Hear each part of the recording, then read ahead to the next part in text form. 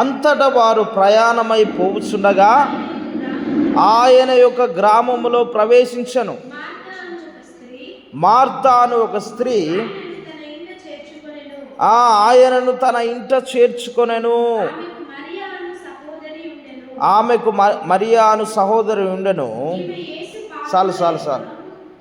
అంతటా వారు ప్రయాణమై పోచుండగా ఆయన యొక్క గ్రామంలో ప్రవేశించను. మార్తా అను ఒక స్త్రీ ఎవరిని చేర్చుకున్నదట? యేసు ప్రభువును, యేసు ప్రభు శిష్యులను మార్తా అనేటటువంటి స్త్రీ చేర్చుకున్నదట. చేర్చుకున్న తర్వాత ఆమెకు మరియా అనేటటువంటి ఒక సహోదరి ఉన్నదట. ఏమున్నదట? మరియా అనేటటువంటి చెల్లెలు ఆమెకు ఉన్నది. ఈమె యేసు పాదముల యొద్ద కూర్చొని ఉండి ఆయన బోధ వినుచుండెను. అంటే ఏం చేస్తూ ఉన్నది? ఈ మరియా యేసు ప్రభు దగ్గర పాదాల చెంత కూర్చొని ఆయన యొక్క బోధను వింటా ఉన్నదట. చదువుదాం ఇంకో మాట. మార్త విస్తారమైన పని పెట్టుకొనుట చేత తొందరపడి ఆయన యుద్ధకు వచ్చి, ప్రభువా, నేను ఒంటరిగా పనిచేయుటకు నా సహోదరి నన్ను విడిచిపెట్టినందున నీకు చింత లేదా? నాకు సహాయము చేయమని ఆమెతో చెప్పాను. అయితే మార్తా అనేటటువంటి స్త్రీ ఏం చేస్తూ ఉన్నదంటే, యేసు ప్రభు వచ్చిందని అన్నం వండుతూ ఉన్నది, చపాతీలు చేస్తూ ఉన్నది, ఇంకా వెరైటీస్ అంటే చేపల కూర, మళ్ళీ ఇంకేంటిది చికెన్ కూర, ఇంకా మటన్, ఇవన్నీ చేస్తూ ఉన్నది. ఈ పనిని ముందు పెట్టుకున్నది. ఎందుకు పనిని ముందు పెట్టుకున్నదంటే యేసు ప్రభువుకు ఆ యొక్క ఆహారము తినబెట్టాలని, యేసు ప్రభువును ఆమె సంతోషపరచాలని, యేసు ప్రభుతో యేసు ప్రభు ఆమె యొక్క భోజనము తినాలి అని ఆమె ఎంతో ఆశ కలిగి ఉన్నది. ఎవరు? మార్త. కానీ ఈ యొక్క మరియ మాత్రము యేసు ప్రభు యొక్క పాదాల చెంత కూర్చొని ఆయన చెప్పుతున్నటువంటి సత్యవాక్యమును వింటా ఉన్నదట. హల్లెలూయా. ఏం చేస్తూ ఉన్నది? యేసు ప్రభు చెప్పేటటువంటి సత్యవాక్యాన్ని మరియా వింటూ ఉన్నది. పరలోక సంబంధమైనటువంటి విషయాల వైపు ఈమె ఆలోచన ఉన్నది. ఇక్కడ మార్త ఏం చేస్తూ ఉన్నదంటే ఈ పొయ్యి దగ్గర కూర్చున్నదట, వంట రూమ్లో కూర్చున్నదట. వంట రూమ్లో కూర్చొని యేసు ప్రభుకి ఇది ఇష్టమా, అది ఇష్టమా, రొయ్యల కూర, చేపల కూర, చికెన్ కూర, మటన్ కూర, ఇంకా ఏమేమి కావాలో అన్నీ చేస్తూ ఉన్నది. ఎవరి కోసం? యేసయ్య కోసం, యేసయ్య తినాలని. ఇక్కడ యేసు ప్రభు మాట్లాడుతూ ఉన్నాడు. చదువుదాం, ఎన్నో వచనం.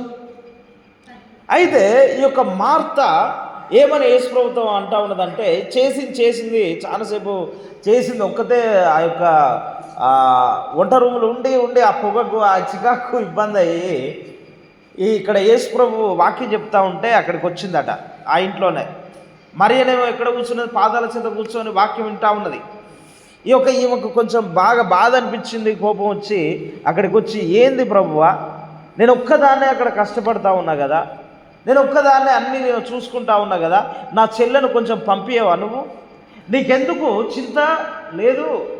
నీకు బాధ అనిపిస్తలేదు? నేను ఒక్కదాన్నే ప్రయాసపడతానని అది నువ్వు చూస్తలేవా? అది నీకు తెలుస్తలేదా? నేను లోపడుండి పొగగొట్టంతో ఊతా అంటే దగ్గుతంటే నీకు వినబడతలేదా? అంటే ఆమె బాధను అక్కడ వ్యక్తపరుస్తూ ఉన్నది. హల్లెలూయా. చదువుదాం ఇంకా కొన్ని మాటలు. అందుకు ప్రభువు, మార్తా మార్తా, నీ అనేకమైన పనులను గురించి విచారణ కలిగి తొందరపడుచున్నావు, కానీ అవసరమైనది ఒక్కటే. హల్లెలూయా.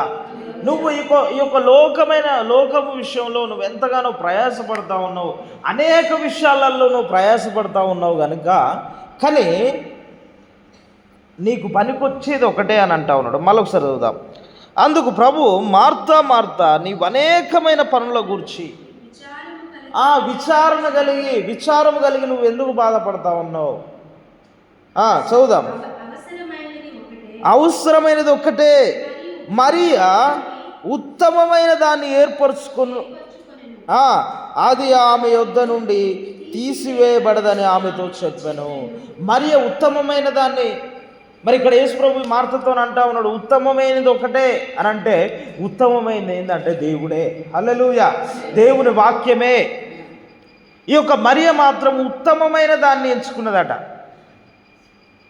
ఇప్పుడు మార్తనేమో ఈ లోక సంబంధమైనటువంటి విషయాన్ని, ఈ లోకంలో బ్రతికే దాని గురించే ఆలోచించింది. కానీ ఈ యొక్క ఎవరు మరియ మాత్రం పరలోకానికి సంబంధించింది, జీవాహారం కోసం ఆశపడతా ఉన్నదట. దేనికోసం? జీవాహారం కోసం, పరలోక సంబంధమైన విషయాలను గూర్చి మరియ ఆసక్తి చూపుతా ఉన్నది. హల్లెలూయా.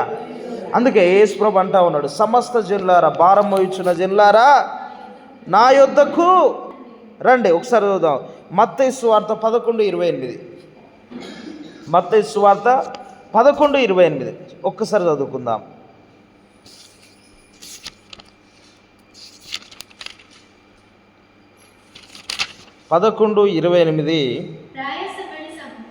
ప్రయాసపడి భారం మోసుకొనుచున్న సమస్త జనులారా నా యొద్దకు రండి, నేను మీకు విశ్రాంతిని కలుగజేతును. ఏమంటా ఉన్నాడు? మన దేవుడు ప్రయాసపడి, మార్త ఏం పడతా ఉన్నది? ప్రయాసపడతా ఉన్నది. ప్రయాస సరి అయిందా కాదా? సరి అయిందే. ఈరోజున మనం కూడా మన కుటుంబాలను కట్టుకోవడానికి, మన యొక్క ఆరోగ్యాన్ని చక్కబెట్టుకోవడానికి, మనము ఈ యొక్క లోకంలో మంచి ఆహారం తినటానికి, మంచిగా సంపాదించుకుంటానికి మనం ప్రయాసపడతా ఉన్నాం. ప్రయాసపడడం తప్పు లేదు. హల్లెలూయా. మార్త కూడా అనేకుల కొరకు ఆహారాన్ని సిద్ధం చేస్తూ ఉన్నది. సిద్ధం చేయడం తప్పు కాదు, అర్థమవుతుందా? సిద్ధం చేయడము తప్పు కాదు, తినడం తప్పు కాదు. కానీ ఇక్కడ దేవుని వాక్యం అది పెట్టేయండి. తినడం తప్పు కాదు, ఏది తప్పు కాదు. కానీ ఇక్కడ మనకు అవసరమైనది ఏంటిది? అంతకన్నా ఎక్కువది ఏంటిదంటే దేవుని యొక్క వాక్యము, దేవునితో సహవాసం చేయడము, దేవునితో మాట్లాడము, దేవుని మాటలు వినడము. ఈ రోజున నువ్వు సంపాదన కన్నా, ఈ లోకంలో ఉన్న దానికన్నా నువ్వు దేవుని దగ్గరికి రావాలి. చాలామంది కానుకల వరకే, మేము ఎంతైనా కానుకలు ఖర్చు పెడతాం, మేము ఎంతైనా దేవుని కోసం చేస్తాం అని అంటారు. కానీ దేవుని యొక్క పాదాల చింతకు రారు. హల్లెలూయా. ఇప్పుడు మార్త కూడా అదే విధంగా ఉన్నది. ఆమె ఎంత ఖర్చు పెట్టైనా అక్కడ ఏం కావాలన్నా, ఎలాంటి ఏదైనా తెచ్చి అక్కడ ఆమె తన స్వస్థాలతో ఆమె కష్టపడతా ఉన్నది. కానీ దేవుని కోసం ఏదో చేయాలనే ఆలోచన ఉన్నది. కానీ మరియ మాత్రము దేవుని యొక్క పాదాల చింత కూర్చొని ఆయన చెప్పేటటువంటి మాటలను వింటా ఉన్నది. హల్లెలూయా. అందుకే యేసు ప్రభు అంటా ఉన్నాడు, జీవాహారమును నేనే, మనుషులను బ్రతికించువాడను నేనే, మనుషులను సరిచేయవాడను నేనే, మనుషుల యొక్క ప్రయాసనంతటిని తీసివేసేవాడను నేనే. హల్లెలూయా. అందుకే సమస్తమైనటువంటి భారం మోయిచున్న జనులారా నా యొద్దకు రండి. అందుకే యేసు ప్రభు అంటా ఉన్నాడు, మరియా, మార్త, నువ్వైతే లోక సంబంధమైనటువంటి విషయాల గురించి నువ్వు ఆలోచిస్తూ ఉన్నావు, కానీ నువ్వు ఉత్తమమైన దాని గురించి ఆలోచించాలి. ఈ యొక్క మార్త ఏ విధంగా ఉన్నదంటే లోకానికి సంబంధించి ప్రయాసపడతా ఉన్నదట. ప్రతి ఒక్క విషయంలో ఎలా బ్రతకాలి, ఎలా జీవించాలి, ఎలా అప్పులు కట్టాలి, ఎలా ఎలా ఎలా ఎలా ఎలా ఇల్లులు కట్టుకోవాలి, ఎలా జాగలు కొనుక్కోవాలి, ఎలా ఎలా అనేటటువంటి ఈ యొక్క ఆలోచనలే ఉన్నది. కానీ అది ఈరోజు తింటే రేపు వెళ్ళిపోతుంది, అవునా కదా? కానీ దేవుడు మాట్లాడుతాడు, మరియ ఉత్తమమైనది ఏంటిదంటే వాక్యం, దేవుని యొక్క వాక్యం. దేవుడై ఉన్నాడు, వాక్యము దేవుడై ఉన్నాడు కనుక వాక్యము ఉత్తమమైనది. వాక్యమే దేవుడై ఉన్నాడట. హల్లెలూయా.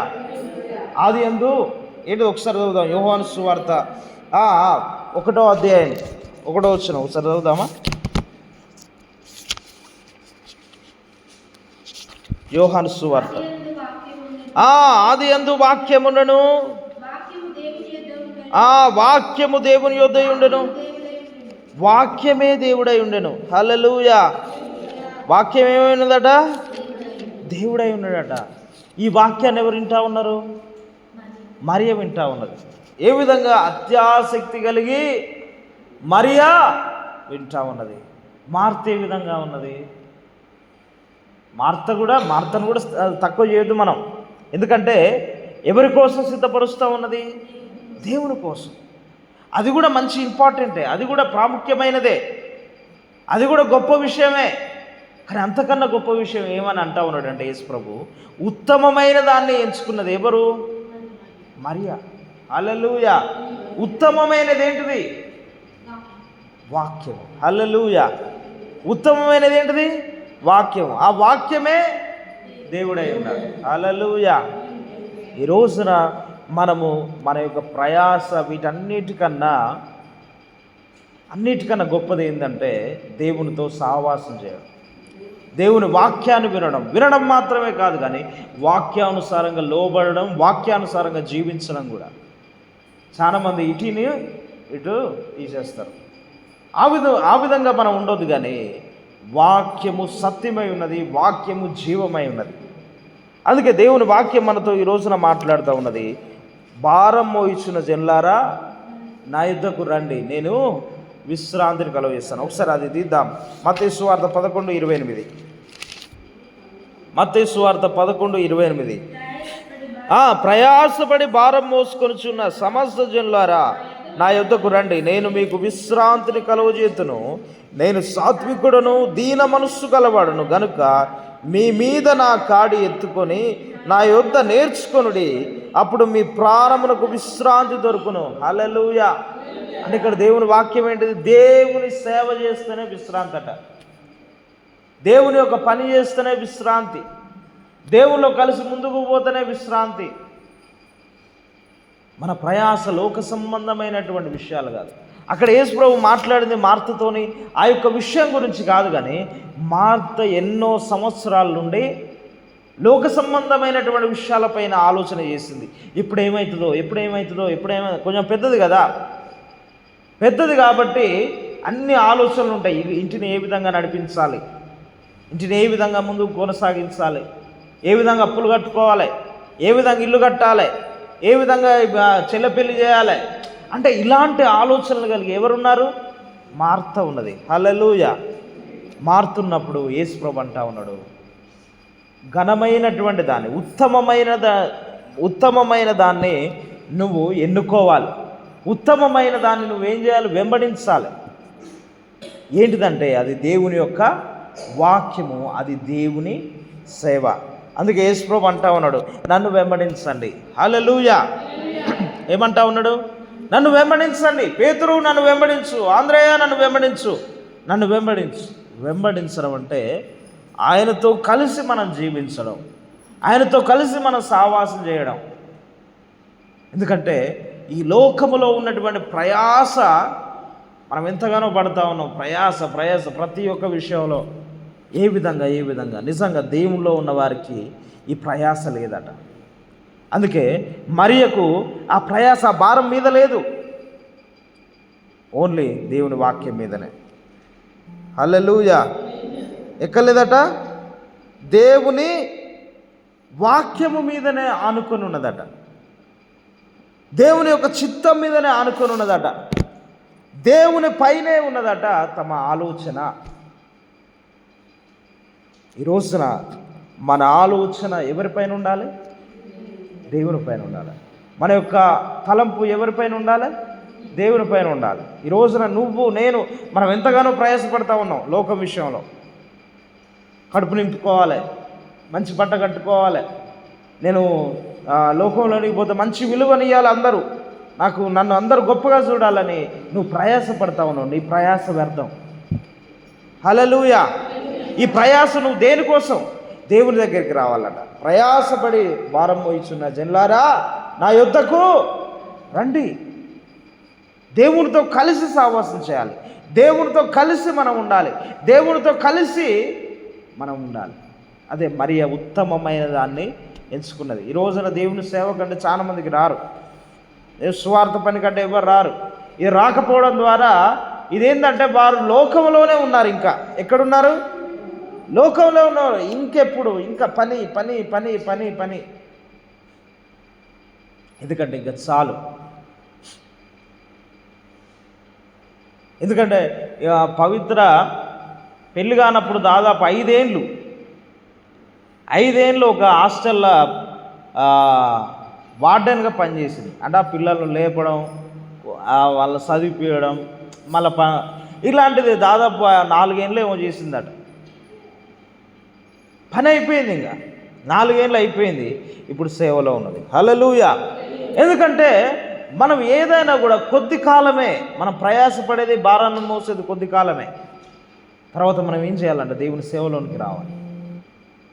ఎక్కడికి రావాలి? అది మనం జ్ఞాపకం చేసుకుందాం.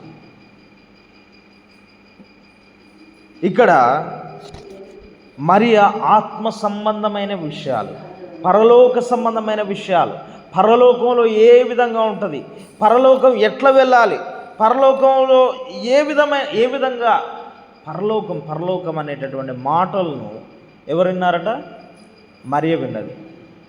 కానీ మార్త మాత్రం అదే ప్రయాస, అదే బాధ, అదే బలహీనత, అదే ఇబ్బంది, అదే ఇరుకు. అందుకే అంటా ఉన్నాడు, ఉత్తమమైన దాన్ని. ప్రయాసపడేటోళ్ళు ఎవరైతే ఉన్నారో వారందరూ దేన్ని పట్టుకోవాలట? ఉత్తమమైనది. ఉత్తమమైనది ఏంది? యేసు ప్రభు యొక్క పాదాల చింత కూర్చొని ఆ వాక్యమే. హల్లెలూయా. యేసు ప్రభు పాదాల చింత ఉండడమే ఉత్తమమైనదట. మనల్ని బాగు చేసేదట, మనల్ని బలపరిచేదట, మనల్ని స్థిరపరిచేదట, మనల్ని గొప్ప చేసేదట. దేవుని వాక్యమే మనల్ని పరలోక రాజ్యానికి తీసుకుపోతుంది. హల్లెలూయా. ఇంకెన్ని సంవత్సరాలు బతామో మనకు తెలియదు, అవునా కాదా? ఎవరికైనా గ్యారంటీ ఇస్తారా? నేను ఇంకొక 10 ఏళ్ళు బతా? ఎవ్వరు ఇవ్వలేరు. ఇక్కడ 100 ఏళ్ళు బతా ఎవ్వరు ఇవ్వలేరు.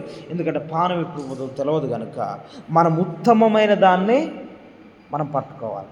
మరియ ఏ విధంగా ఉత్తమమైన దాన్ని, యేసు ప్రభు పాదాల చింత కూర్చొని ఆయన యొక్క వాక్యాన్ని విన్నదో, ఉత్తమమైన దాన్ని మనం పట్టుకొని మనం ఉంటే మనం నిత్య రాజ్యానికి వెళ్తాం. హల్లెలూయా. ఎక్కడికి మనం వెళ్తామట? పరలోక రాజ్యానికి మనం వెళ్తాం. మనం ఈ ప్రయాస ఇప్పుడు ఒక మనిషి ఒక పని చేస్తూ ఉన్నాడు, కష్టపడతా ఉన్నాడు. అదే బైబిల్లో ఉన్నది. ఓ ధనవంతుడట సమస్తమును సంపాదించుకున్నాడట, మస్తు సంపాదించుకున్నాడట.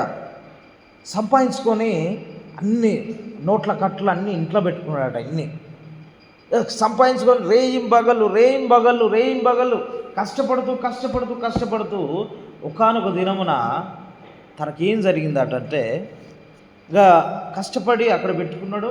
ఇక రేపటి నుంచి నేను పనికి పోను, రేపటి నుంచి నేను ఎటు పోను, నేను ఈ సంపాదించిన కష్టాన్ని, ఒక 40-50 సంవత్సరాల కష్టాన్ని నేను ఇంటికాడ కూర్చొని ఏం చేస్తా?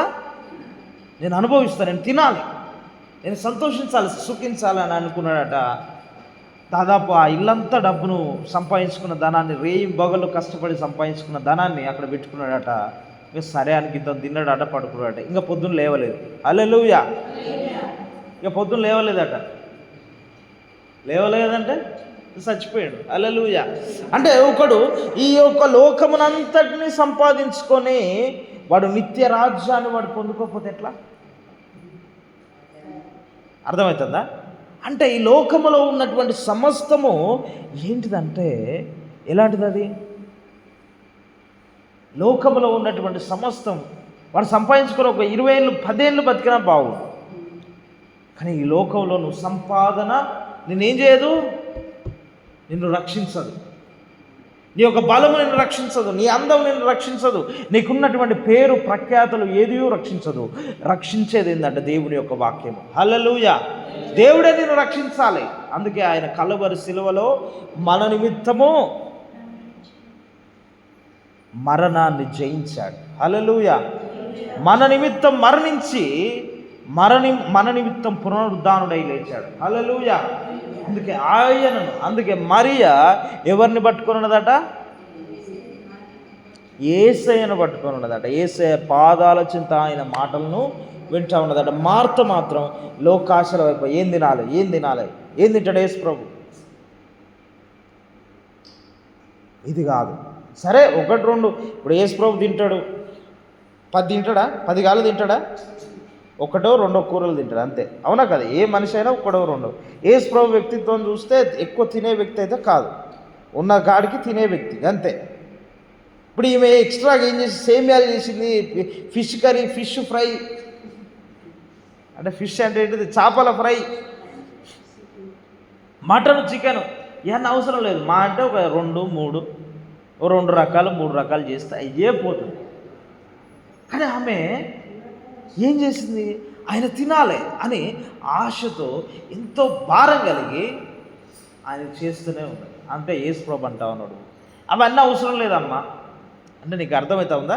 అవన్నీ అవసరం లేదు మార్తా, అవన్నీ అవసరం లేదు. 1-2 కూరలు ఉంటే చాలు. కానీ అవి చేస్తే తర్వాతనే చేయి. కాకపోతే ఇప్పుడు నువ్వు వినాల్సింది ఏంది? దేవుని వాక్యం. హల్లెలూయా. ఎక్కడికి వచ్చి వింటా ఉన్నారు? కాళ్ళ దగ్గర. ఆయన దగ్గరికి వచ్చి ఆయన మాటలు వింటే చాలు. ఈ రోజున మనం ఇక్కడ అందరం వచ్చి ఆయన యొక్క పాదాల చెంత కూర్చొని మనం ఏం చేస్తూ ఉన్నాం? ఆయన వాక్యాన్ని వింటా ఉన్నాం. నేను బోధిస్తా ఉన్నా అంతే, నాదేం లేదు. నేను బోధిస్తా ఉన్నా. ఈ వాక్యాన్ని మీ దగ్గరికి తీసుకొచ్చేవాడిని నేను కాను. కానీ ఈ వాక్యం మనల్ని ఏం చేస్తుంది? నిన్ను నన్ను మనందరినీ సరి చేస్తుంది, మనల్ని దీపిస్తుంది, మనల్ని ఆశీర్వదిస్తుంది, మనల్ని గొప్పలను చేసేది ఇదే వాక్యం. ఇది కాకుండా ఏ మనుషులు ఎవ్వరు నిన్ను గొప్ప చేయరు, ఏ ఒక్కరు నిన్ను వృద్ధిలోనికి తీసుకురారు. హల్లెలూయా.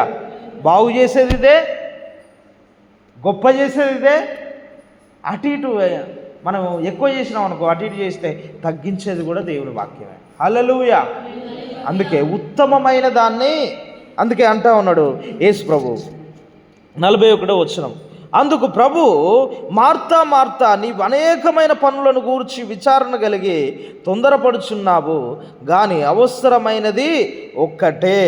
మరియా ఉత్తమమైన దాన్ని ఏర్పరచుకొనెను, అది ఆమె యొద్ద నుండి తీసివేయబడదని ఆమెతో చెప్పాను. ఉత్తమమైనదట, అది ఆమె నుండి తీసివేయబడదు. ఉత్తమం ఏంటంటే దేవునితో సహవాసం చేయడం, దేవునితో కలిసి ఉండడం, దేవుని మాటలను వినడం, ప్రార్థన చేయడం.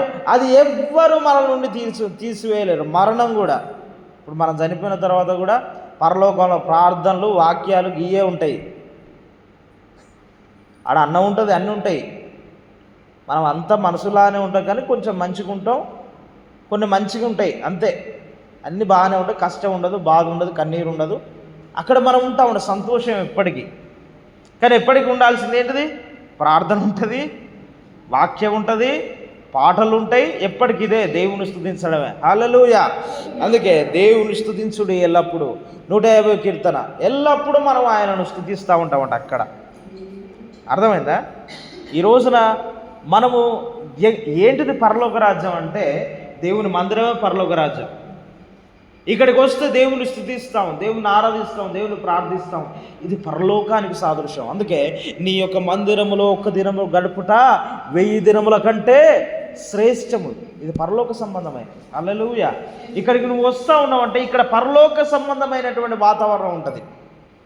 ఇక్కడ పరలోక సంబంధమైనటువంటి ఆలోచనలు కలుగుతాయి.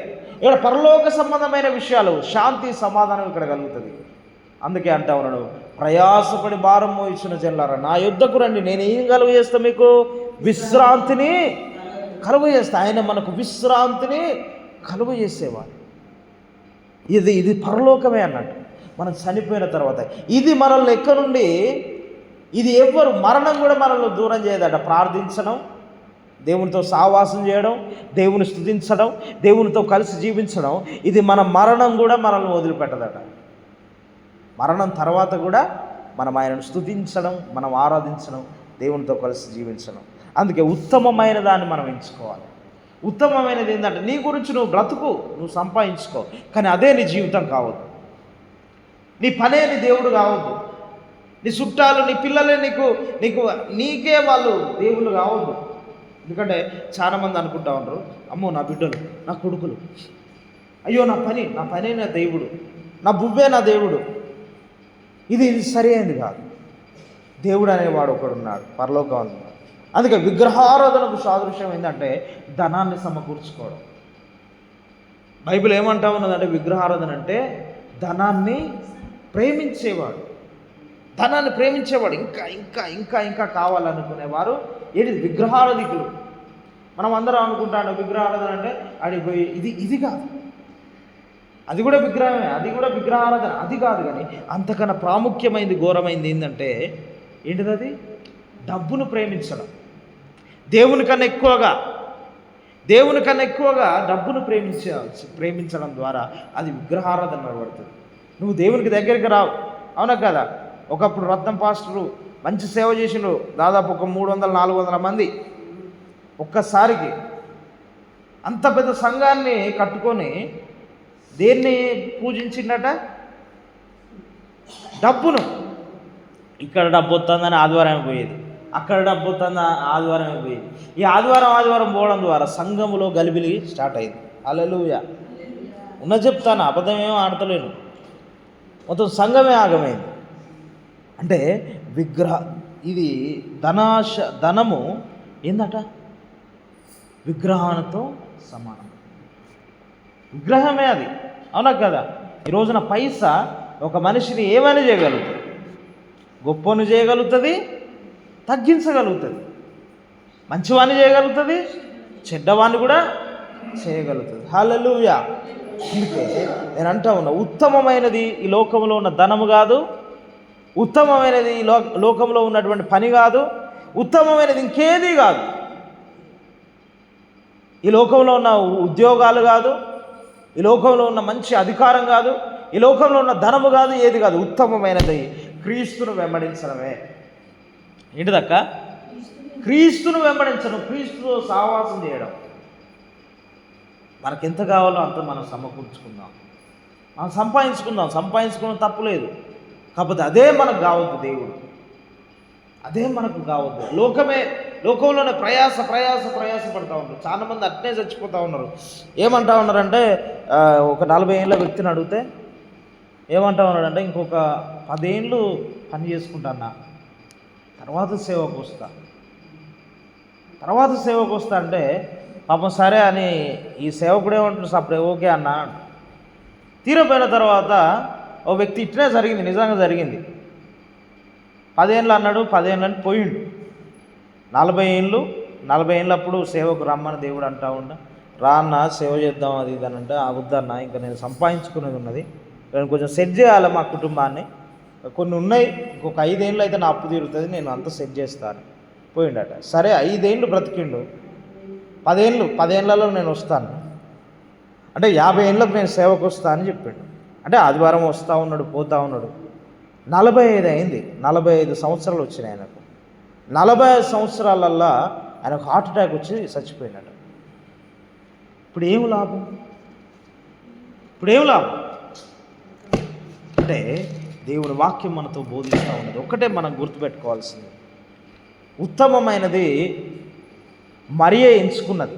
ఉత్తమమైనది దేవుని పని, దేవుని సేవ. దేవుని సంఘంలో ఏ చిన్న పని అయినా సరే అది ఉత్తమమైనదే. దేవునిలో ఏ పని అయినా సరే అది ఉత్తమమైనది. ఆయన వాక్యం, ఆయనను ఆరాధించడం అది. కానీ మార్త మాత్రం దేని వైపు చూస్తుంది? మార్త లోకం వైపు చూస్తుంది, తన ప్రయాస వైపు చూస్తుంది. ఎటు చూసిందట? తన ప్రయాస. అందుకే యేసుప్రభు అంటా ఉన్నాడు, ప్రయాసపడి భారం మోయించున్న జనులారా నా యుద్ధకు రండి, నేను మీకు విశ్రాంతిని కలుగజేస్తాను. నా యుద్ధకు రమ్మంటే ఎవరు వచ్చారు? మరి వచ్చింది. ప్రయాసపడి భారం మోయించున్న జనులారా నా యుద్ధకు రండి అంటే మరి వచ్చి కాళ్ళ దగ్గర కూర్చున్నది. మార్త మాత్రం పని దగ్గరనే ఉన్నది. అంటే మార్తను మనం తక్కువ అంచనా వేయలేం, మరియను తక్కువ అంచనా వేయలేం. ఇక్కడ దేవుని వాక్యం ఏంటంటే, అన్నిటికన్నా ఎక్కువ దేవునితో గడపడం ముఖ్యం. ఈరోజు నేను కూడా చాలా వాక్యం పొద్దున చెప్తా, సాయంత్రం చెప్తా, 3 సార్లు చెప్తా ఆదివారం. ఒక్కోసారి ఈ మధ్యలో ప్రార్థనలు లేవు, కానీ ఒకప్పుడు వారం మొత్తం ప్రార్థనలే ఉండేది. అట్లా నేను సేవ చేస్తూ ఉన్నాం. చేసిన తర్వాత నేను దేవునితో గడపకపోతే వేస్టే. హల్లెలూయా. ఇంత అందరికి ప్రార్థనలు చేసి వచ్చి దేవునితో నేను గడపకపోతే వృధాయే. ఇక్కడ మార్త పని కూడా అదే. పని మీద ఆలోచన ఉన్నది, అన్నిటి మీద ఆలోచన ఉన్నది. యేసుప్రభు ఏం తినాలని ఆలోచన ఉన్నది, కానీ దేవుని దగ్గరికి వచ్చి ఆయన మాటలు వినడానికి కొంచెం ఆమె ఆసక్తి చూపలేదు కాదు, ఆమె పని మీద ఉన్నది. అంటే ఇక్కడ దేవుని వాక్యం మనతో మాట్లాడుతూ ఉన్నది. ఈ పని ఇది అంతా కాదు, కానీ దేవుని వాక్యాన్ని వినడం, ప్రార్థన చేయడం, దేవునితో సావాసం చేయడమే ప్రాముఖ్యమైనది. కనుక దానిపైన మనం ఆధారపడి ముందుకు కొనసాగుదాం. ఇటు వాక్యాన్ని దేవుడు దీవించి ఆశీర్వదించునుగాక. Amen amen. కళ్ళు మూసుకుందాం, చిన్న ప్రార్థన చేసుకుందాం. స్తోత్రం నాయన, స్తోత్రం. పరిశుద్ధుడా, మహోన్నతుడా, అయా ఉత్తమమైన దాన్ని, అయా మార్త ఉత్తమమైన దాన్ని మరియ ఎన్నుకున్నది. పన్నుల భారమును బట్టి మార్త నీకు కొంచెం దూరంగా ఉంది. ప్రభువా, పనుల భారాన్ని పనుల వైపు మేము చూడక నీ యొక్క వాక్యం వైపు, నీ వైపు చూసే భాగ్యం దయచేయండి. మమ్మల్ని దీవించండి, ఆశీర్వదించండి. మా బలహీనతలన్నింటినీ తొలగించండి. ప్రభువా, ఎన్నోసార్లు నీ సేవకు రమ్మని ఎన్నోసార్లు అయ్యా నువ్వు మాట్లాడుతున్నావు, కానీ మేము వినలేకపోతా ఉన్నామేమో. దయచేసి మీరు మమ్మల్ని క్షమించండి. అయ్యా మరియ వలె అయా భయభక్తులు కలిగి, ఆసక్తి కలిగి, అయా పరిశుద్ధుడా, నీ యొద్దకు, నీ పాదాల చెంతకు వచ్చే భాగ్యం దయచేయండి. ఇక్కడ ఉన్నటువంటి ప్రతి ఒక్కరిని మీరు పేరు పేరు నాకు మీరు జ్ఞాపకం చేసుకోండి. బలపరచండి, స్థిరపరచండి, నడిపించి కృప చూపమని నాజరేయుడైన యేసు నామములో అడిగి వేడుకుంటున్నాం మా తండ్రి, ఆమేన్. ఒకరు ప్రేరేపించబడేవారు చిన్న ప్రార్థన, అట్నే కళ్ళు మూసుకుందాం. చిన్న ప్రార్థన, ప్రేరేపించబడ్డ